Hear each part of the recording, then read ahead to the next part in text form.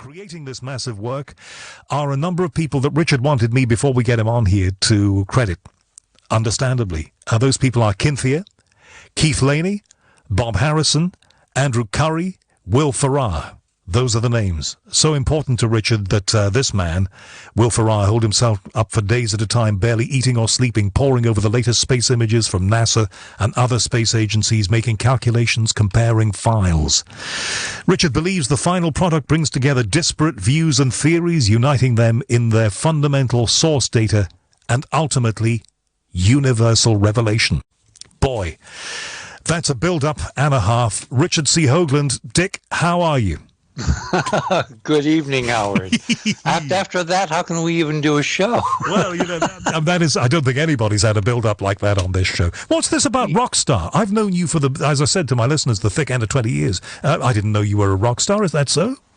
Well, that's kind of, neither here nor there. When I was advising Cronkite, we had a musical group called The Foregone Conclusion, my brothers and sisters, and we signed to Columbia Records. It wasn't Capitol, it was Columbia. And the kind of, climax of that was I was advising Cronkite on going to the moon, and there was a Christmas party, I think 68, 69, somewhere around there, and we wound up singing at the CBS News Christmas party. So that was the first time that Walter discovered I had a secret life. Wow. And, for those in the United Kingdom, our American listeners right now, of course, know who Cronkite is. He's one of my heroes. He was the man who announced the murder of John F. Kennedy. He was the man who was there live throughout the moon missions. He was perhaps the single most famous news anchor there has ever been. Well, he was known here and actually around the world as the most trusted man in America, because that was a time when we actually believed in news.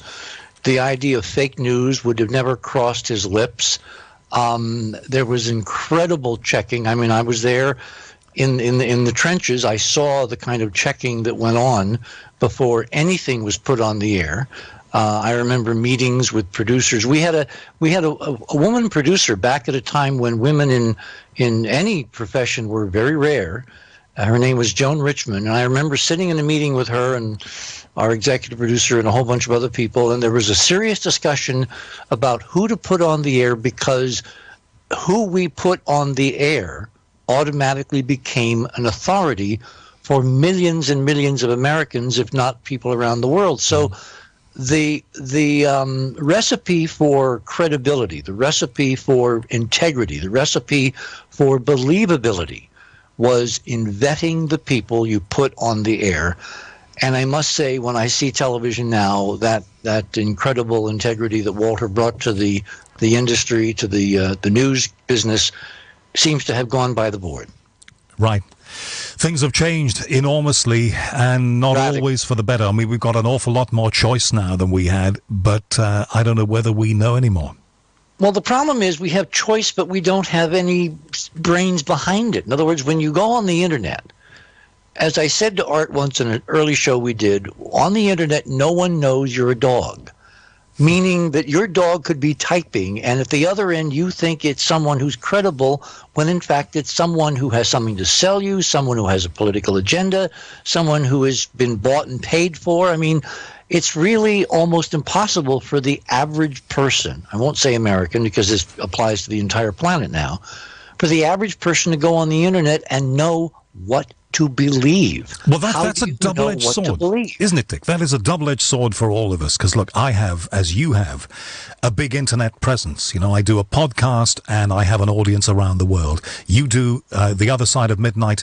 You have an audience that is loyal in the United States and is... We're in 160-some countries. Yeah, exactly. And that responsibility to me, having been brought up on Cronkite, having worked with the man, every time I go on the air, I mean, I spend so much time with every program. People have asked, well, why have you disappeared? We haven't disappeared. We're on hiatus. And the answer is because I could not do a 5-night-a-week show at the level that I strongly am committed to and do this book with my other authors, which sometimes is like herding cats. It's impossible to do two things, to serve two masters. So we've been on hiatus for a few months. We're coming back live soon. I heard you mention the book will be out in 2 days. I don't know where you got that. Didn't you write that a couple of days, whatever? But when is the book out? Well, when it's done. When it's done, you're still doing it. It's the old, of course, it's the old Gallo wine commercial. Make no wine before it's time. This is, as you said, the magnum opus. This is the climax of 35, 40 years of my research and of the research of a whole bunch of people on the bridge crew, on our team. By the way, you forgot one, Tim Saunders. I want to mention Tim Saunders, who's doing incredible things behind the scenes, and it will all become public pretty soon. This is organizing a multidisciplinary research effort, putting it in pages, in hard copy, while we also are creating a series of videos and PowerPoints that will begin the campaign to show people what it is we found. This is the climax of 30 to 40 years of this research, and it's got to be right. You know, there was an old Zenith commercial. You can tell how old I am. You know, the quality goes in before the name goes on. We're not putting this out until it's right, because its conclusions are so incredibly explosive, and we will be able to stand behind them. The documentation, which is what Cronkite taught me, document, get at least 3 sources. And when you're trying to find sources that are thousands of years old in ancient Egyptian history, like Manetho, the 3rd century BC Greek Heliopolitan priest who put together the first Egyptian history, it's kind of hard to check him against Herodotus, who was a 5th century BC Greek historian. So that's what's taking the time, because when I put this out there and the team puts this out there, I want it to be bulletproof, because the conclusions are going to change the future. Thank God. No, we're tantalizing our audience here, and I want to come to all of this after we've taken our first break of this hour. Then we'll get rightly stuck into it. I just want to establish your credentials for people in the United Kingdom who might not know you. I know that you have a massive profile in the US, and I also know that you've got people in those 167 countries champing at the bit to get you back on air. You've had to take a brief break from the other side of midnight to get the book done. But let's just paint the picture of you. Now, you were the man behind The Face on Mars. That got you international coverage. It also got you brickbats and criticism that, as we know, continues to this day. I mean, I used to put you on the air and I used to say, you've got so many followers and so many people who love you, and you would give me a quick reality check and say, yeah, Howard, but I've also got a lot of other people who say Richard Hoagland makes stuff up. Well, they say that about everybody. Look at what they're doing with our current president. I mean, the attacks are extraordinary, and the evidence is still lacking. So in this internet era where people don't know who to trust, it basically falls to those with the loudest voices, those with the most convincing smile, those with the ability to persuade. I'm trying to do it by old school. I'm trying to do it by the data. So the data is there. We know it's there. It's astonishing data, and it only will be believed when we sign off on all the imagery, all the analysis, all the expertise, put it between covers, put it out there, and then are able to defend it. And we'll go into all of this, obviously, after we've taken that break. But before we take that break, can you give me an idea as to whether this work ties in thematically with everything else you've done? For example, the presentation that you gave when I was there in Liverpool. In fact, I was instrumental in getting you invited to Liverpool to present about what might be within the rings of Saturn. Oh my gosh, yeah, Howard, you have a wonderful memory. Yes. You gave, well, listen, I've just got to say to my listener here that you gave something I've never seen anybody do without umming or erring or deviating or hesitating. You gave, I think it was a 3-hour, maybe more presentation backed with images behind you. It was utterly flawless, and that audience in Liverpool at the Beyond Knowledge Conference, it's a few years ago now, was spellbound and silent, Richard. You know, it's not an easy thing to do, and you can do it. Well, thank you. That data, by the way, is being confirmed. I've been waiting very patiently. Remember, that was back in 2004, 2005. It's now 2017. God, how time flies when you're having fun.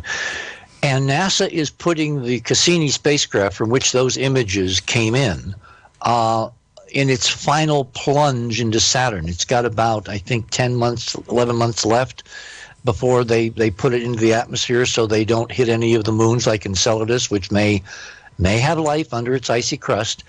And in those final orbits, those huge, long elliptical orbits that take weeks to complete one, they're coming down past the rings and getting extraordinary high-resolution images never available before of the very structures we found on those early Cassini images back in 2005. So if you're a little patient, they will not be in this book. They'll be in the next book, because we're going to do a series of these on what NASA and the other space agencies have really found all around the solar system that they haven't felt you, the British people, the American people, the people of the world are ready to see.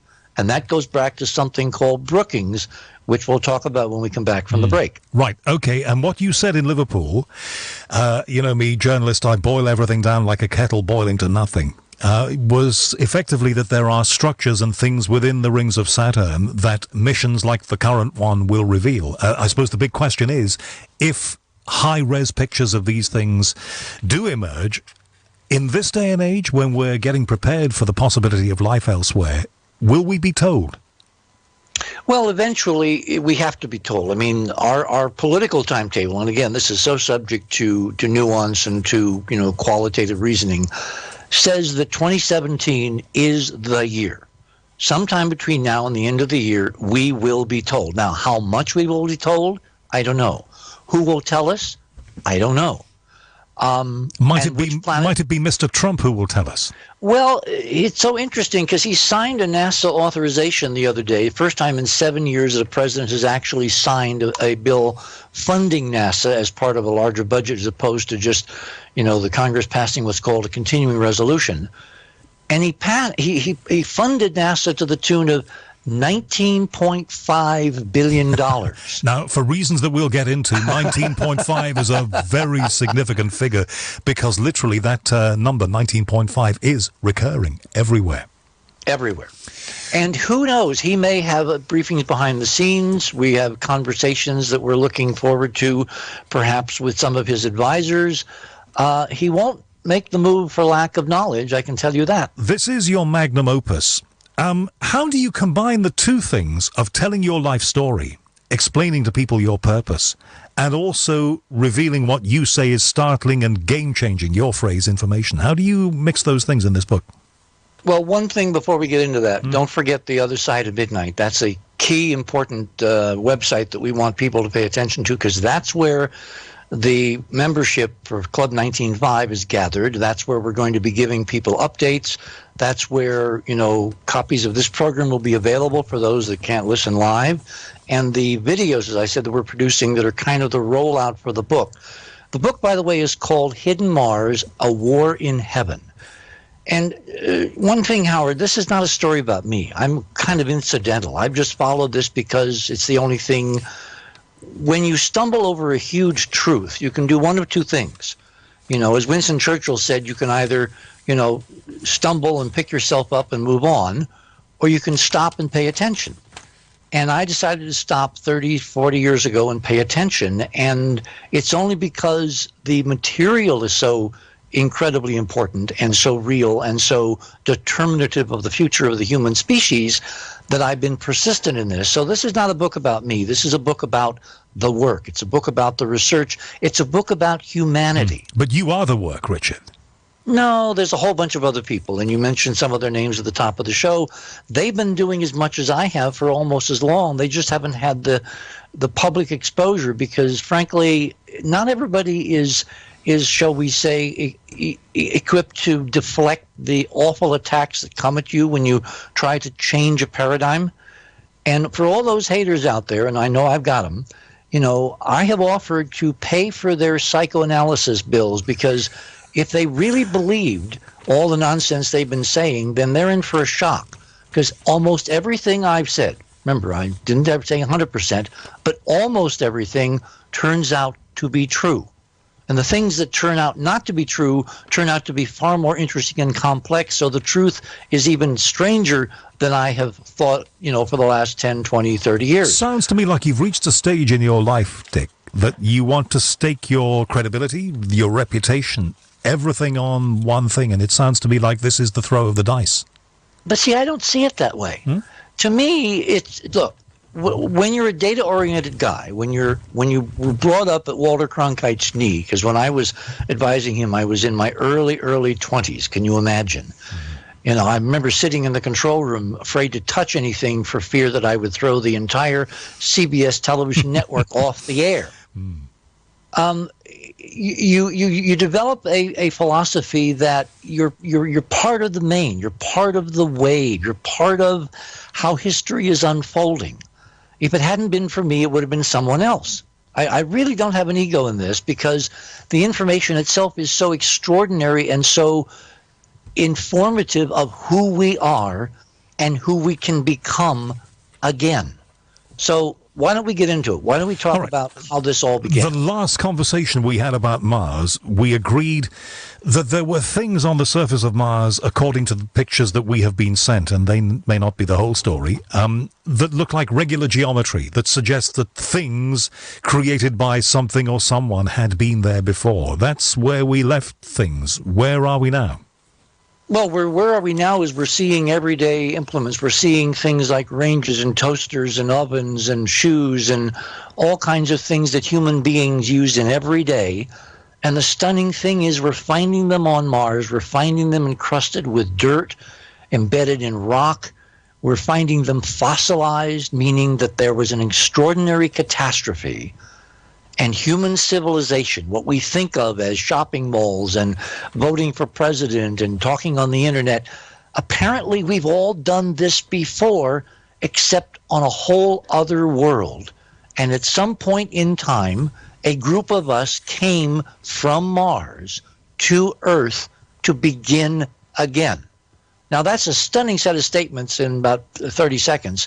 Every one of which will be defended and documentation provided in this new book. Now, I've heard people say those things before, but they've never been able to roll out scientific evidence for it. And I'm guessing, is that the game-changing information that you have?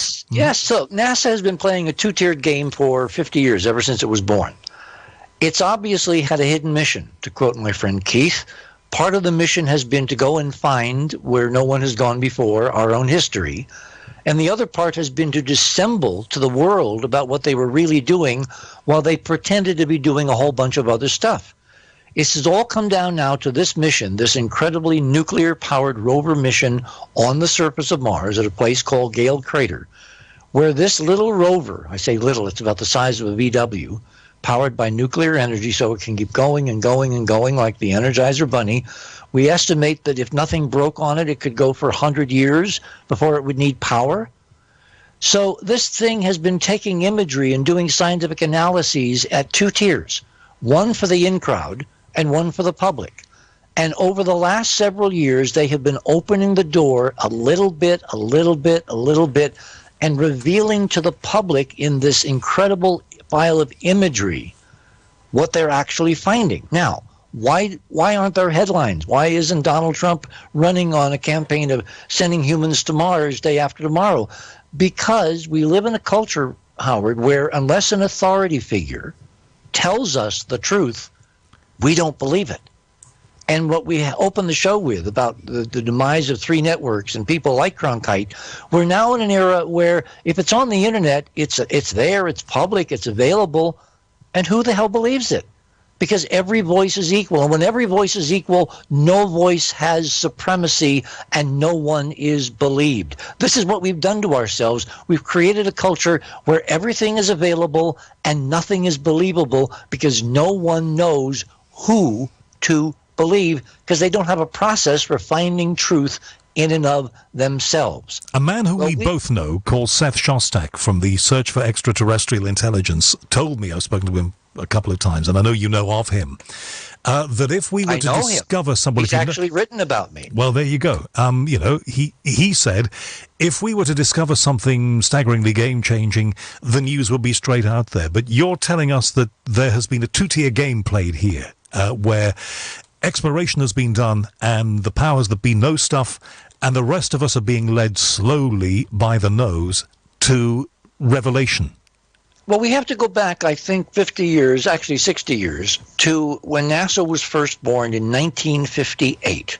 by act of President Eisenhower and an act of Congress, the National Aeronautics and Space Administration was created as a civilian space agency, because up until that time, for the few years before, we'd had competition between military services. The Russians had launched the first Sputnik, the first satellite into Earth orbit. There was a huge outcry in the so-called free world. Oh, we're behind the Russians, we're behind the Soviets, we got to catch up. And so Eisenhower came in, said we're going to have a civilian space agency to handle space. And everybody applauded, and we thought that was the end of militarization of space. Turns out that's not true at all.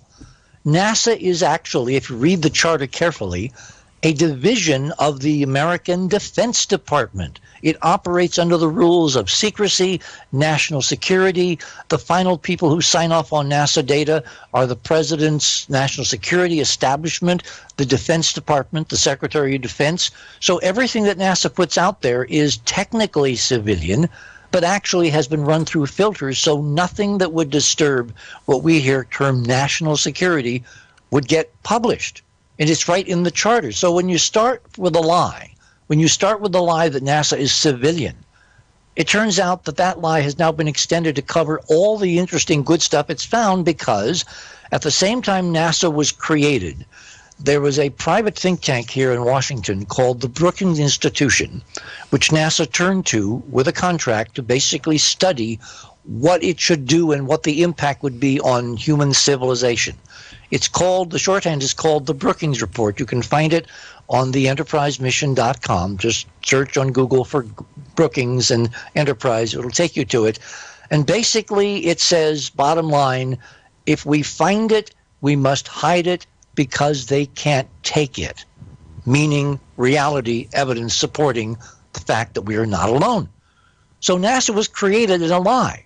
It was created basically to demur, to put off the day when there would be a reckoning, because Brookings also said we can't tell them until they are prepared. All right. So the Brookings people, the Brookings Institution, all these eggheads, as we used to call them, who were brought together under this NASA contract, basically laid out a game plan for how to prepare the human race for the reality that we're going to talk about this evening. Now, are you telling me that every U.S. president has been part of this, quotes, lie?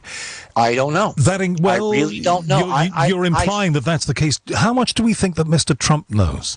Well, remember, we know there was a break point in briefing of presidents when Bill Clinton came in.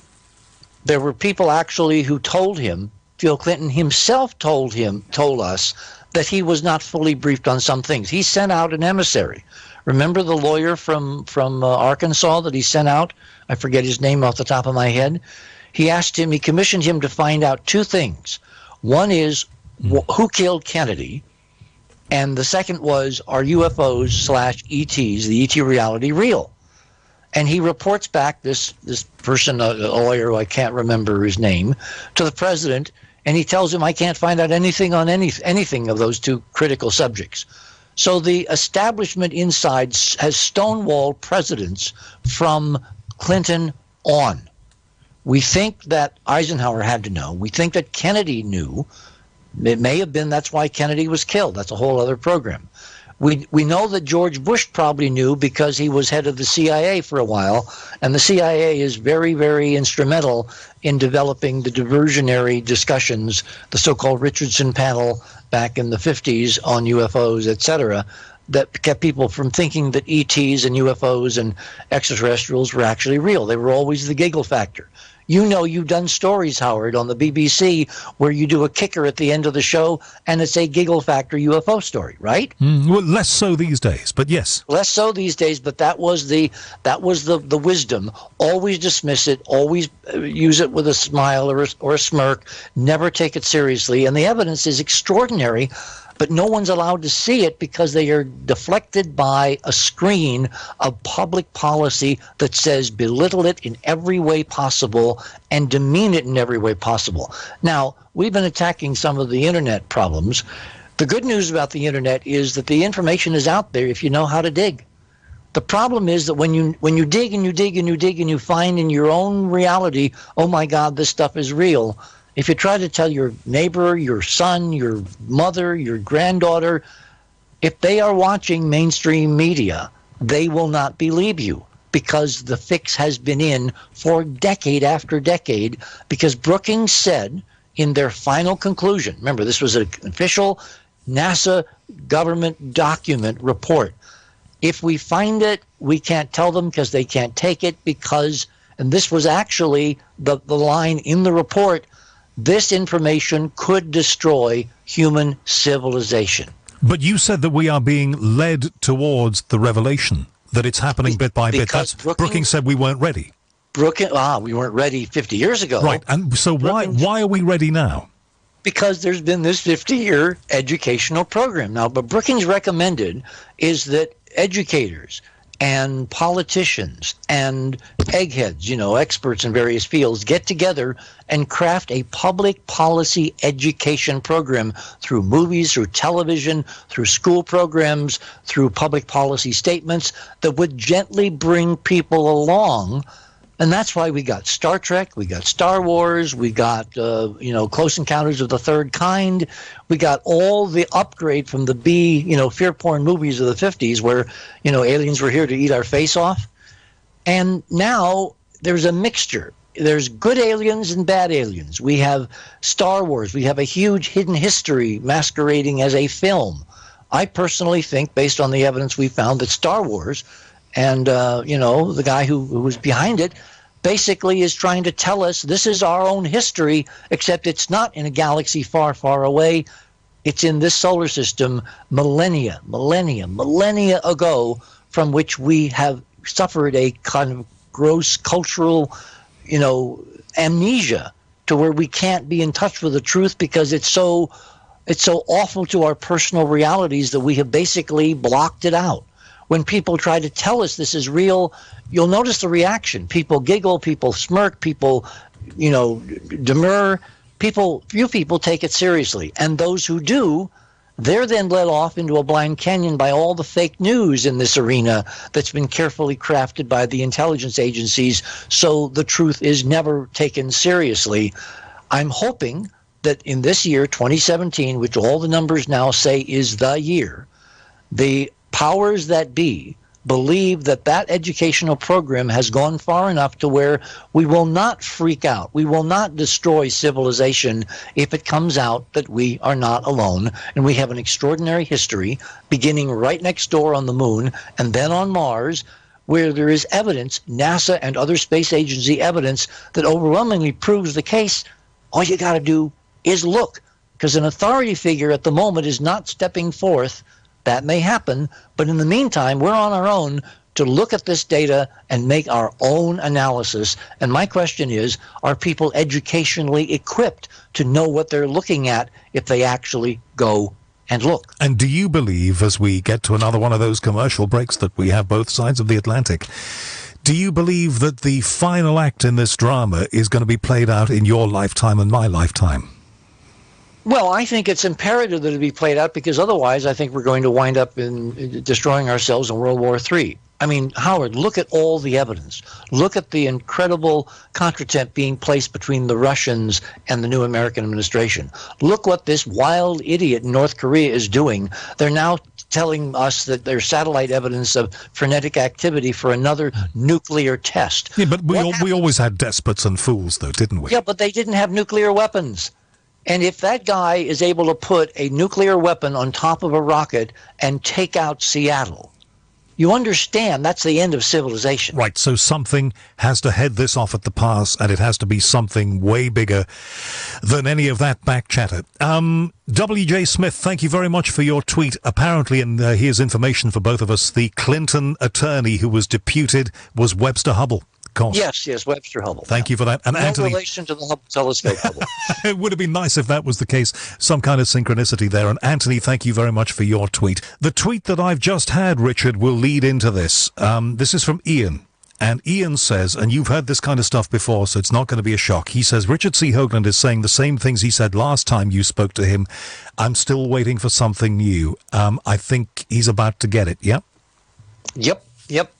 For the people who've been supporting this work, who are the membership of Club 19.5 at theothersideofmidnight.com, we're providing the information to them first, because without their support, I mean, they've been paying now for months for a program which is not on the air live.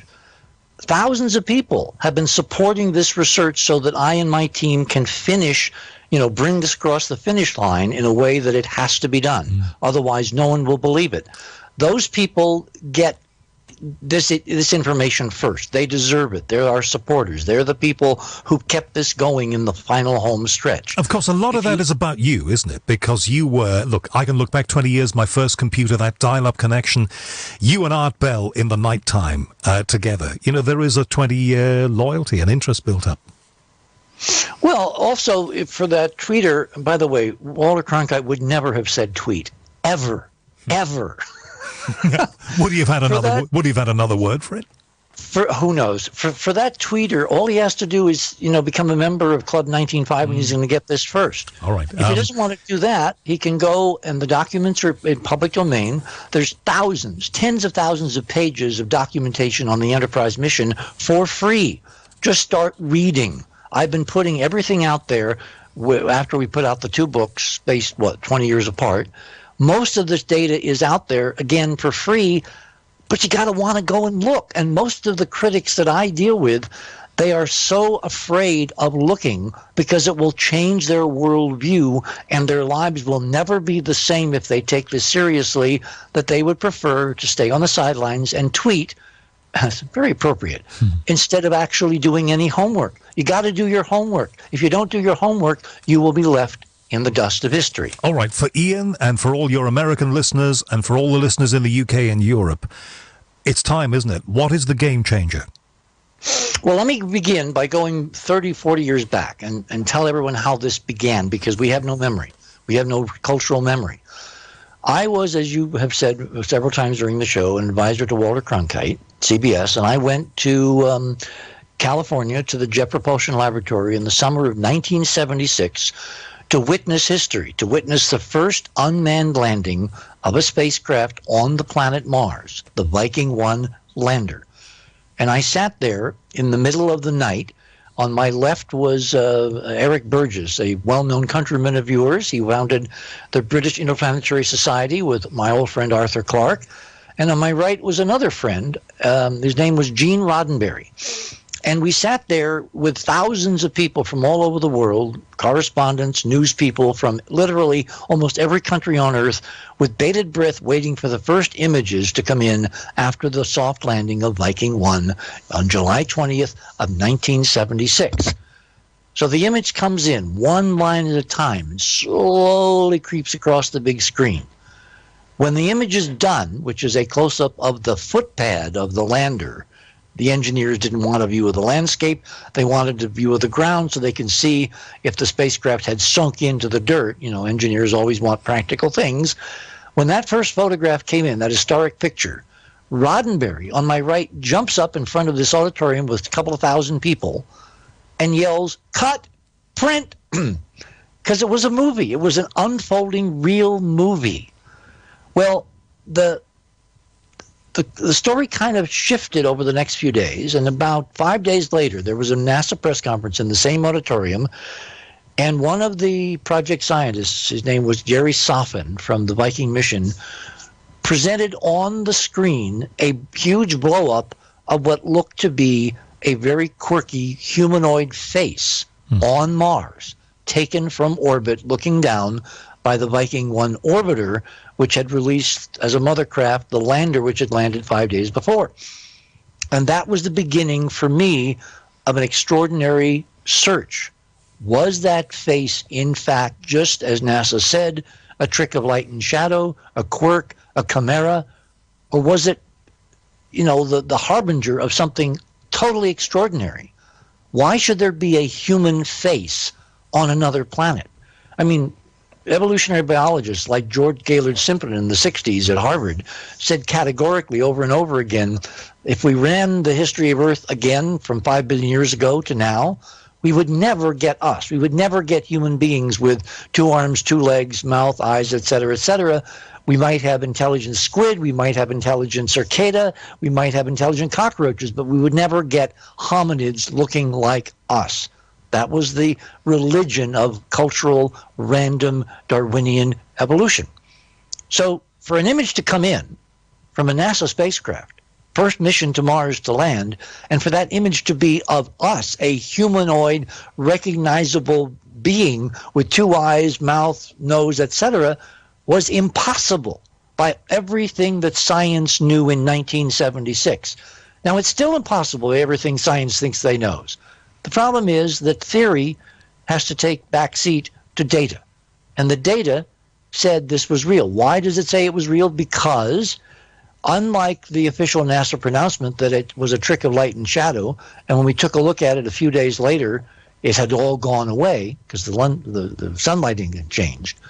What I found, and 2 gentlemen independently, Vince DiPietro and Greg Molinar, who were engineers working for another NASA center on the East Coast, remember JPL's on the West Coast in Pasadena, these guys worked at the Goddard Space Flight Center, where I actually was a consultant many years later, and they found in their off time, they went through all the photographs that have been archived, hard copy 8x10 glossies in huge filing cabinets in this room at Goddard. They went through on their lunch breaks and after hours, and they finally found a second image of the face on Mars. And it was taken at a different time of day, different sun angle. It was taken about 30 days after the first image, and it was still there at a different lighting. They had a stereo pair. And so scientifically, it has to be something like that, you would say, because if it's lit in a different way and it wasn't a face, it wouldn't look like that. Exactly. It would have been a trick of light and shadow. Well, we got involved, and I organized this independent Mars investigation, and that's all in the, the book, The Monuments of Mars, and all its 5 editions, because we kept finding new stuff and putting out new editions back in the 80s and 90s. We finally got independent computer image people like Mark Carlotto, Dr. Mark Carlotto, who basically wrote the book on something called shape from shading techniques. And he was able to take the digital imagery of these 2 separate Viking images, put them in a computer, and come up with a 3D model, which showed it was a face. Now, separate from Mark's work, at the other end of the country, back in California, Kinthea, who was an artist who you're going to learn a lot about when you read, this book, Hidden Mars, The War in Heaven.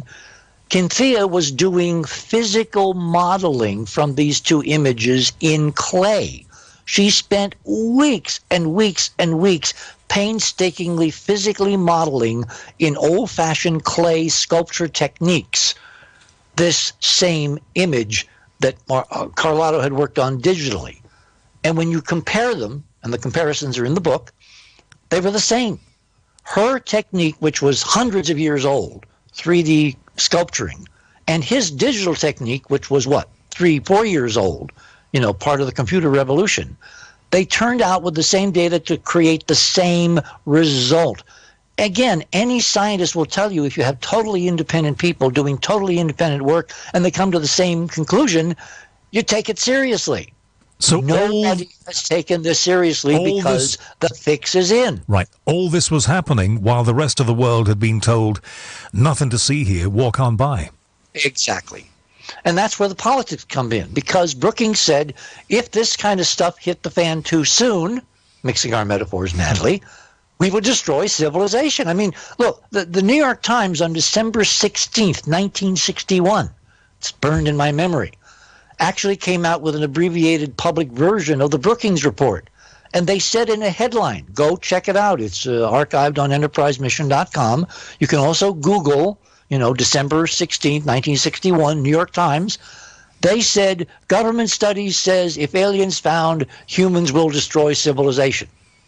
That's pretty potent stuff to people that know nothing and basically are terrified of their own shadows if they vote wrong and their constituents don't like what they're doing. That's what politicians do. They're supposed to follow what their constituents want. Well, who would want to be responsible for destroying civilization if the New York Times told you that's what would happen if you took the face on Mars seriously? Gee. That was all 30, 40 years ago. So the stakes of the game are huge. So where do you want to take me next?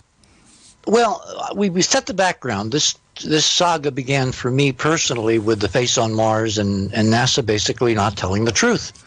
Because it turned out Jerry Soffin, and I knew Jerry. I actually had an incredible trip with him and his wife to San Francisco in the subsequent days to that little press conference. And I got to know him very well. We hung out together. We talked about stuff. But he would never talk about the face on Mars seriously. About a decade later, when we were about 10 years later, the occasion came up for a celebratory dinner in Washington, D.C. of all the Viking scientists and project people to kind of, compliment themselves, pat themselves on the back like the Academy Award does with stars and movies for a job well done. And lo and behold, Jerry Soffin invited me to present a keynote speech at the 10th anniversary Viking dinner. And I showed him with a Reagan presidential advisor, David Webb, in a downtown Washington hotel room. I previewed what I was going to talk about, which was the data we had collected on the reality of Cydonia, which is where the face on Mars lives, on Mars, and the ancillary structures, pyramids, geometric aligned streets, and kind of a cityscape, etc. And all of that was mind-boggling to him because 10 years down the road, for some reason, he was more open to taking the idea possibly as real, or at least as worthy of pursuit.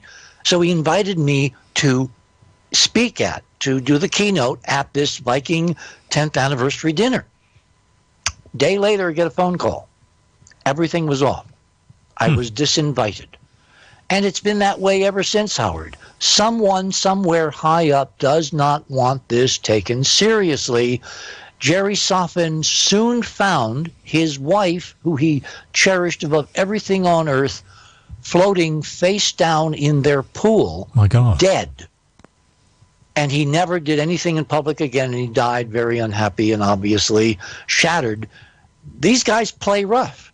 I mean, we fast forward the film back about 1998. I was in Florida, and a Fox special came on that I had been very actively behind the scenes involved in on ancient Egypt. And I had found a set of artifacts in ancient Egypt at a place called Abydos. Does that name ring a bell? Tell me. Abydos? It's a key planet in Stargate SG-1. Ah, right. Brookings, Abydos. Abydos is where the hidden history of the human race is literally limbed out in a temple built by Seti I, something like 1,500 years BC, I believe.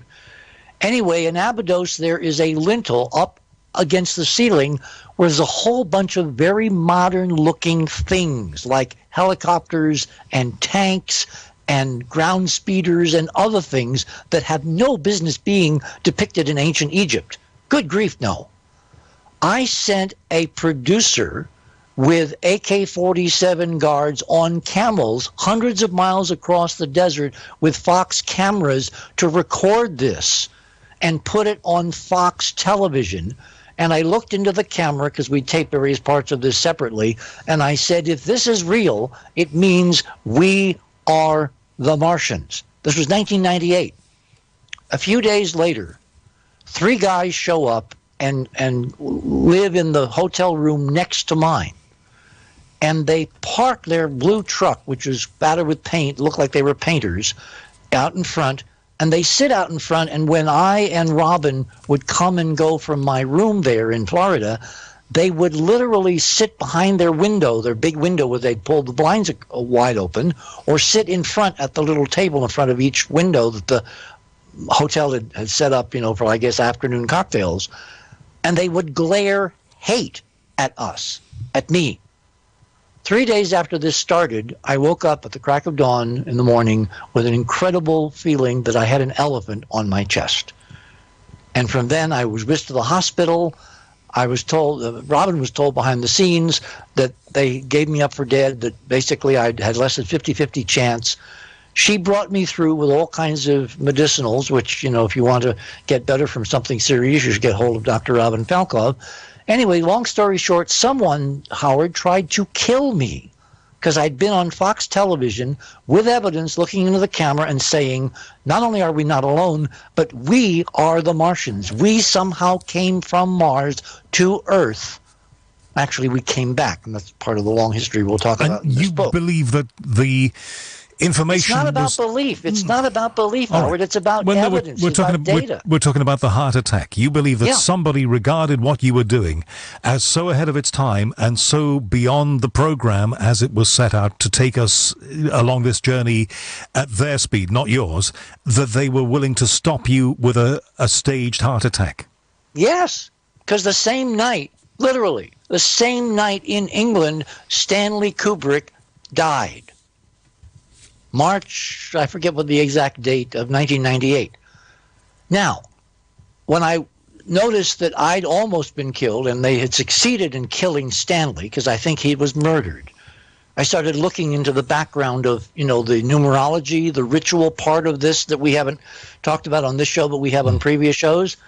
Do you know that Stanley died and I was attacked exactly 666 days before the beginning of 2001? And what was the theme of 2001? It's when humankind finds out it's not alone. Arthur and Stanley crafted that document, that incredible film, and then Arthur wrote the novel based on the idea that we would ultimately be allowed in to see that we are not the first, that the human race is part of a much bigger continuum of reality out there. Right, so Stanley Kubrick died on March the 7th, 1999, I'm being told. Yeah, that was when I went to Miami in 98, and then it was early 99 that I got the heart attack. So yeah, it was that same night, March 7th. By the way, that March 7th date is also interesting because that's when I was up in an airplane, a KC-135, a few years earlier, chasing an eclipse for CBS News. Well, that's another story. Anyway, the point is that there are people that don't want this out. So why are you continuing with it if you believe that your life is at stake? Because I no longer think that's the case. I think history's moved on. I think too much is out there, and if they did kill me, it would only reaffirm everything I've been saying for 30-some years. You do not want to create martyrs. Never, ever create martyrs. All right, which brings us to the kicker. Do you believe that you are now right man, right place, right time to deliver to us the game changer? And this is the 10 minutes of the show where we need to be getting to it. Well, the book is the game changer. You know, the documentation we put in with my colleagues, my bridge crew, you know, is the game changer. The data is NASA. The data is ESA. The data is the Indian mission to Mars. The data is the Japanese mission to Mars. The data is evidence that has been allowed to leak out now, but no one talks about it. And if you've ever done any research on the internet, Howard, he says tongue-in-cheek, you know how incredibly complex it is to find anything and then to believe what you're finding. You know, I go back to the old Cronkite rule, 3 separate sources. The problem is that the separate sources on the internet all copy each other. So you can't really, unless you're incredibly tenacious, find separate sources. The good news is the NASA archives are available. The NASA archives can be Googled by anybody. You can go and look at this data. They have tried to do what our friend Will calls totally miscolorize the NASA imagery. It looks like what we call butterscotch puke. Do you really think that Mars looks that awful when you're there? Of course not. Early in the Curiosity mission, NASA put out what they call white balanced images. And lo and behold, Mars looks like the countryside I'm looking at this afternoon at after 5 o'clock in the afternoon here in you know, the land of enchantment, New Mexico. It's got incredible crimson deserts. It's got rust-colored rocks. It's got incredibly bright blue skies sometimes. Mars is like Earth. So why do they give us butterscotch puke then? Because they've been faking the color for the last 50 years since Viking. Mm-hmm. Well, not quite 50. All right. Now, and look, I know that because I was there when they started the fake of the color. I was standing in the lobby of the JPL Visitor Center, the Von Karman Auditorium, at the crack of dawn on July 21st. Remember, we landed pre-dawn hours of July 20th. About 24 hours later, we were going to get our first color picture from Mars, from Viking, the surface. and the picture comes in, and a whole bunch of us are standing around looking at the monitors, and I'm standing next to Carl Sagan. You know who Carl Sagan is. And he says, tongue-in-cheek, wait till you see the burrow enter stage left, because it looked like Arizona. It had blue skies, it had pinkish deserts, it looked like an American desert. And then some technicians from JPL came around. They went all around the lab, and they changed the color on the monitors so the picture was blood red. All the blue, all the Earth-like appearance of this first color image. And at the press conference that evening, they claimed that, they had infrared leakage in some of the sensors. You think they had to color. All of this is part of the deception? Now, look, I have to say that you still have not said enough to satisfy some of our listeners. Tweet in from Randy, who says, Howard, tonight you've been played. Well, Randy has been playing himself. Sorry, Randy.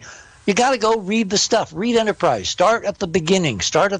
And read all the documentation in Enterprise. Read my previous books, The Monuments of Mars, and my book about NASA, Dark Mission, The Secret History of NASA.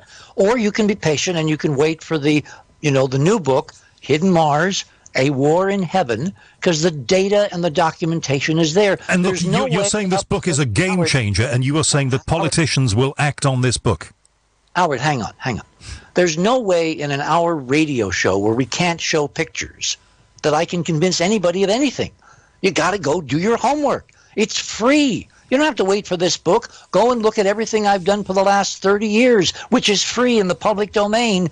If you're not convinced with tens of thousands of pages of that data, then wait patiently for the videos. The videos will be for the Club 19.5 membership. It's $5 a year. Those people deserve to have this information first because they have supported the end game.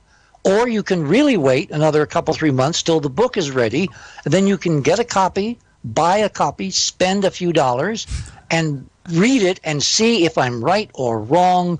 But I guarantee you we're right, because it's not just me, it's all the other independent investigators I put between the same covers, people like Keith Laney and Bob Harrison, who, by the way, is one of your countrymen, Cynthia and Will Farrer and Tim Saunders and Ron Gebron and a host of other people that you've never heard of.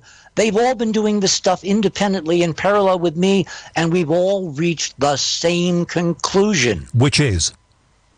We are not the first. Human beings came from Mars, and in this book I'm going to be able to do two things. I'm going to be able to give you a date when we came from Mars to Earth, an actual date supported by historical terrestrial documents. And two, I'm going to be able to lay out when the Martians who brought us, kidnapped some of us and took us to Mars to basically tutor us in how to be civilized before we came back. I'm going to be able to give a date and a place and who the predecessors to us on Mars were, who basically rearranged the entire solar system and left the artifacts that Cassini is now photographing in the rings of Saturn, something like 500,000 years ago.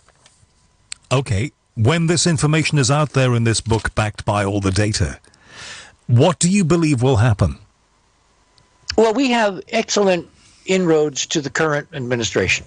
Okay. We're talking to several people who are very, very close to President Donald Trump. And they're waiting for the book. They are waiting for the data. Remember, it's not just the book, it's all the other ancillary information, starting with videos. Nobody reads anymore, Howard. They look at videos. They look at YouTube, okay? True so enough. We're packaging this in video form first with the bullet points. And if you want the documentation, you go get the book. If you don't care about documentation, you look at the imagery and the videos and you make your decision there. Or you go on the internet and you start looking for the original source data, which is NASA's open public archives, totally for free. But you got to press a few keys and go look. Okay. Ian says he still hasn't heard anything new. And he won't, because Ian doesn't want to hear. Okay. Ian is part of people who do not want to hear. Now, it could be that Ian used to live as his incredible time and some psychological blocks. It's called trauma. It's called really traumatic stress disorder. Suppose the human race, another one of your countrymen, Graham Hancock, has talked about cultural amnesia. And there was a guy named I can't remember his name. He was the big planetary collision guy, last century in the 1950s. Names are escaping me this evening. Anyway, he wrote a book, several books called, World in Collision, and he thought that the human race back then was suffering from some kind of huge cultural amnesia. And if you think that's not possible, I'm talking to my listener here, just think about the way that cults use mind control. They use a thing called thought blocking. That's what you were talking about, isn't it? So when certain subjects are introduced, and I'm not saying this is what's happening, because I've got to sit in the middle here. That's my job. I don't think that when certain subjects are introduced, you automatically go, no, yeah? Howard, I don't think this is being done by any agencies. I don't think this is mind control. I think this is internal filtering. If reincarnation is real, all right, a whole other program, and some of us lived on Mars, and we went through the catastrophe that forced us to flee and go to Earth, would we block it out? Would we live lifetimes where we don't want to remember because it was so awful and horrible? I mean, we're looking at nuclear war on Mars. We're looking at why Mars in history, in mythology, has been labeled the god of war. We, the human race, conducted huge wars and ended ourselves on that planet, if the data is to be believed. Now, Hedy is a regular listener and a scientist, okay, at quite a high level. Hedy has tweeted to say, Mars never had an O2 atmosphere long enough to evolve man. So none of this is possible. And that's because he's believing who? Right, so you're saying that the fundamentals of that are wrong.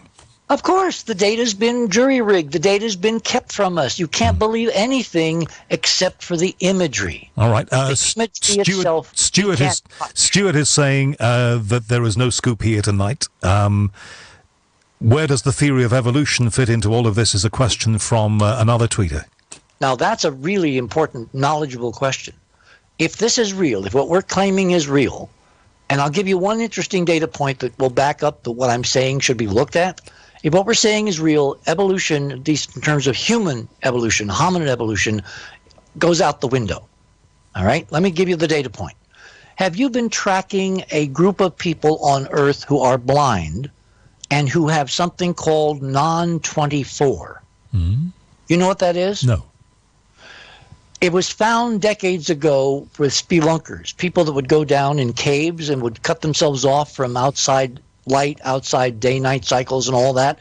They'd be living underground for literally weeks, and they had no communication. And they found that they did not keep a 24-hour circadian rhythm clock. Yes. Their clocks drift. They drift. There's now a new syndrome for people who don't go down caves, who are barely blind from birth or blind after birth. And they call it now, they have a name. Doctors have a name for everything now. It's called non-24, where because they can't see any outside stimuli, they can't see light, their internal circadian rhythm drifts relative to the 24-hour clock of the Earth's rotation. Guess what? It drifts in perfect synchronization with the Martian day. All right, so in 30 seconds or so, if you can do it, how does that tie into the theory of evolution? Because it's hyperdimensional. It's a trans-physical space connection between their genetic origins on another world in this solar system, Mars, which has a 24.66-hour day, and the Earth, which has a 24-hour day. And if you cut off the external stimuli, they revert to their genetic connection to Mars, linked via the physics that mainstream doesn't understand yet. Well, that is fascinating. Look, there are a lot of people who are never going to be satisfied. Another tweeter, Del Monte, says he thinks that you're just selling stuff. Of course, he will. He's part of the people that will never look. Look, go look. Simply go look. It's all free. You don't have to wait for the book. Go to Enterprise. It's all there totally for free. I put decades into Enterprise for free. This is not about making money. This is about making truth available. Of course, Richard's main website is enterprisemission.com. Horace Drew. Dr. Horace Drew is a university academic researcher in Australia who's given a lot of his life to researching the meaning behind crop pictures, or what we used to call crop circles. I've been speaking with him.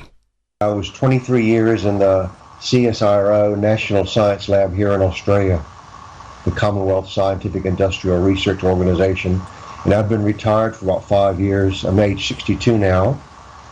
And I work for companies and consult and do things like that. Right.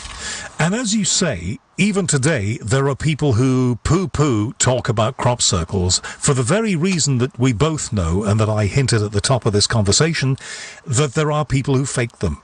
And that has given crop circles a bad rap. Yes. Right. So it makes it a difficult area to go into. Why have you gone into it? Well, that story about people faking them in the middle of the night and no one seeing them doing it, that's a very incorrect scenario for what's actually happening.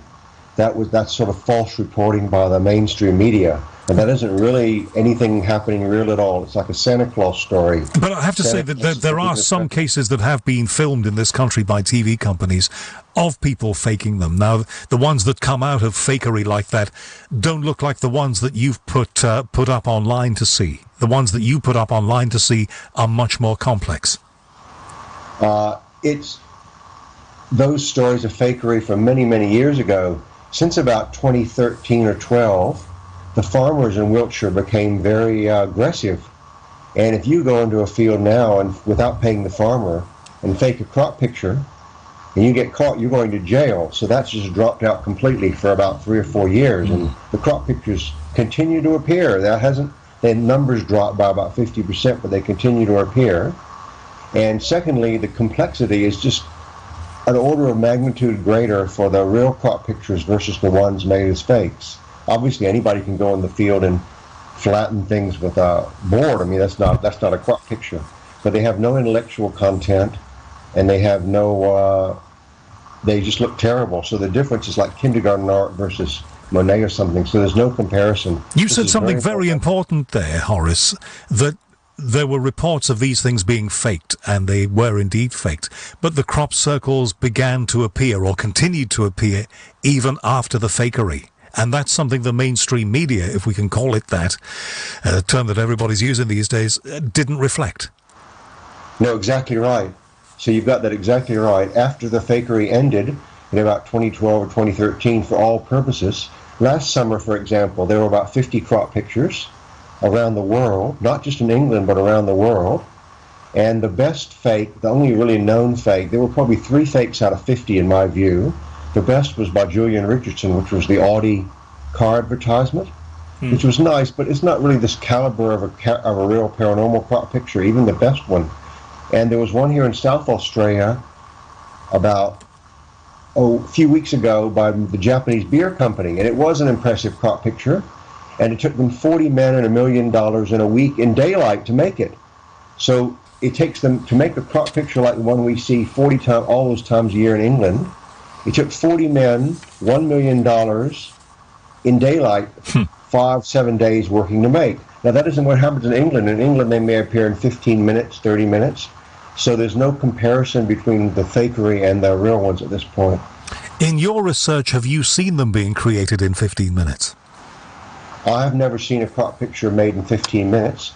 About half a dozen times I've gone past a field with nothing in it, and then within an hour, and there's no people there, in the middle of the, just fields, in the middle of the nowhere, and then an hour later there's a fairly spectacular crop picture there. I've had that happen half a dozen times. You are saying in this research that got reported all around the world that you have learned to decode them. You've learned to understand the messages that may be within them. How are you able to do that? I've been studying them since about 2002. And naturally, any scientist could have decoded them. We've decoded many of them since about 5 or 6 years from now. And they're images, they're articles all over the web like best crop circle puzzles in all of history.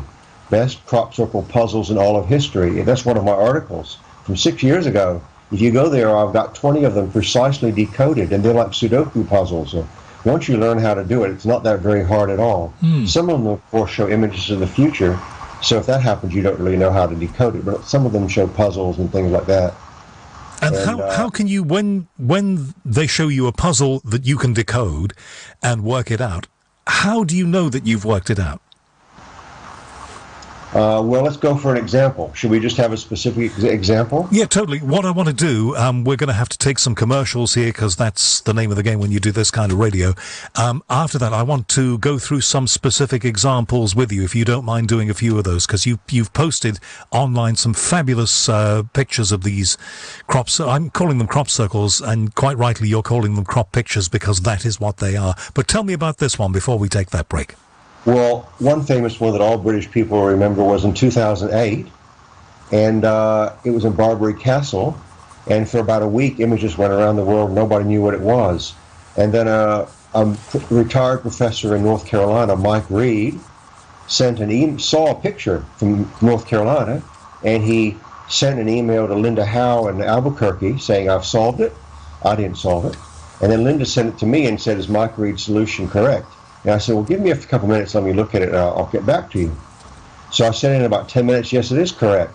And that one showed pi to 10 digits, 3.141592654, in a special form that no one on Earth had ever seen before, no mathematician.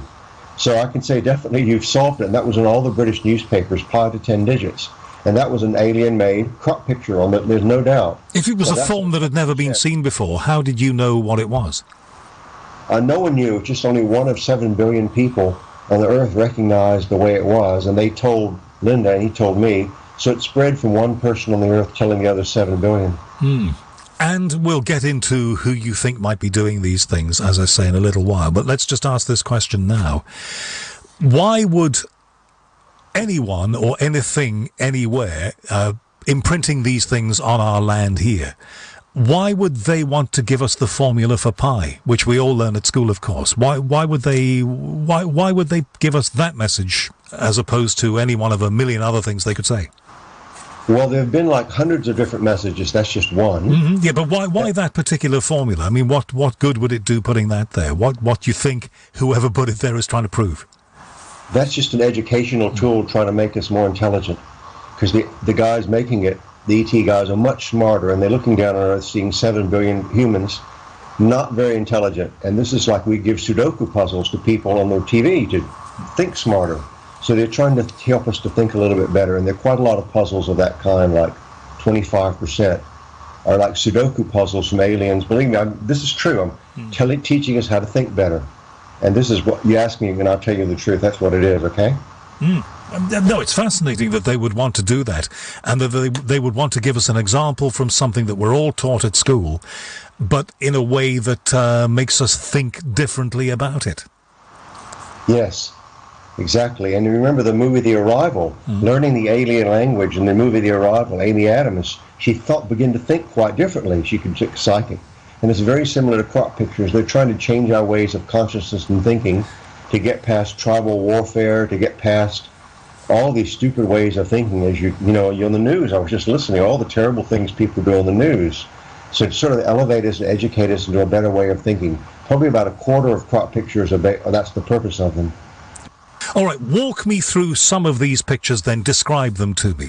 I think the most famous one, we might as well go to 2002. Is that okay? Yes, do it.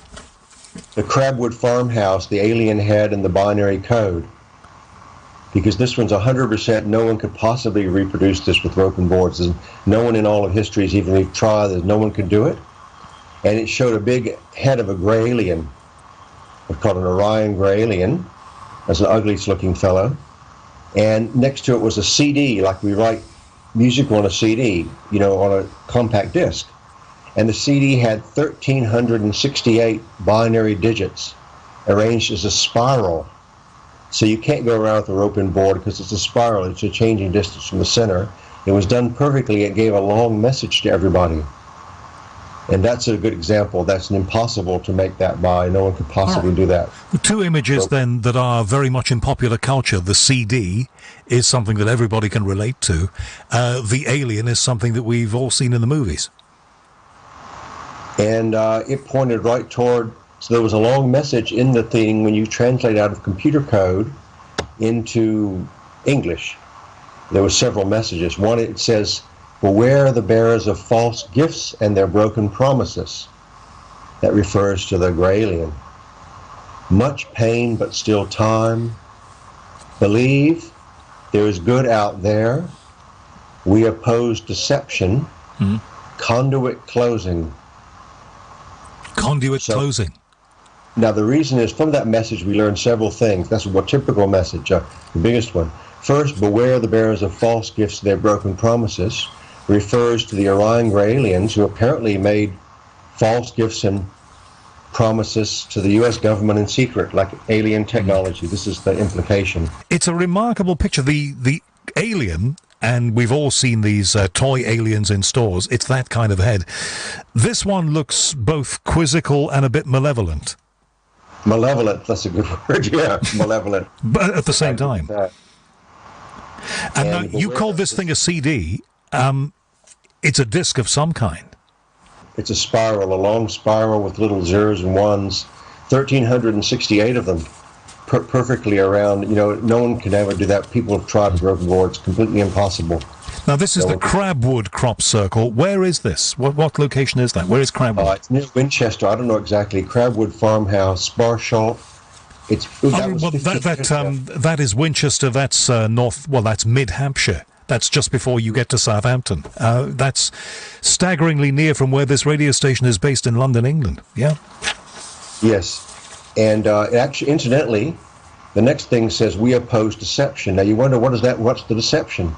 The crop picture pointed toward the BBC Winchester transmitter, implying that the radio TV signals were lying about crop pictures. This is the meaning. We oppose deception. It points to the radio TV BBC transmitter for BBC Winchester. That's what it's next to. Now that's an interpretation, though, isn't it? No, it's a very accurate interpretation because there's a box next to the transmitter, and they put a box in the crop picture which looks exactly the same. So they made a very artistic thing to say we're matching the shape of the landscape next to the transmitter. So it's a very I guess it's an interpretation, but it'd be a 90% interpretation. Researcher Dr. Horace Drew in Australia talking about crop pictures and what they really might be trying to tell us and who might be behind them. Before that, Richard C. Hoagland about his new work, and we'll have more great guests in the pipeline, of course.